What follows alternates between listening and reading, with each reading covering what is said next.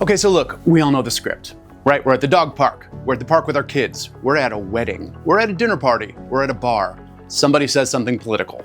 And suddenly you're going, you've just assumed a lot about me and everybody else in this room. You got two options. One, you sit there, you bake, you're furious. Or two, more likely, you jump in and then you start going. I know you people are so ridiculous. Why do you read this? On, and the pattern continues.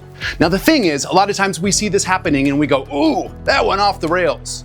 But actually didn't go off the rails. It stayed completely on the rails. We're being trained over and over again to be reactive, to be fast, to be impulsive, and to polarize. This workshop's gonna ask you to think about polarization in a slightly different way. Because often we think about polarization as something out there. Mass communication, politics, media. Not me. You might even go, hey, you know what? I don't polarize, I'm just right. But there's the fundamental problem. We polarize in the ways that we think, in the ways that we frame, in the ways that we engage, moment by moment, second by second.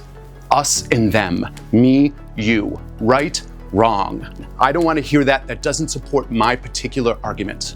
And when I think about somebody on the other side, watch the language, we always think about the extremes. But what if we look at our micro practices on a daily level and stop this frame, this choreography, this performance of polarization? And we interrupt this with practiced curiosity.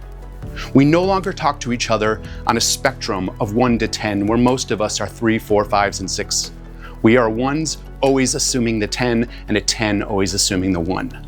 So in this workshop, we're going to begin to interrogate and explore those scripts in our mind, the ways that we frame ourselves and frame others, those assumptions that we make about the audiences that we're speaking to, and all the different ways that our thoughts, whether they're expressed or they're simply explored in our mind, work to polarize in our culture.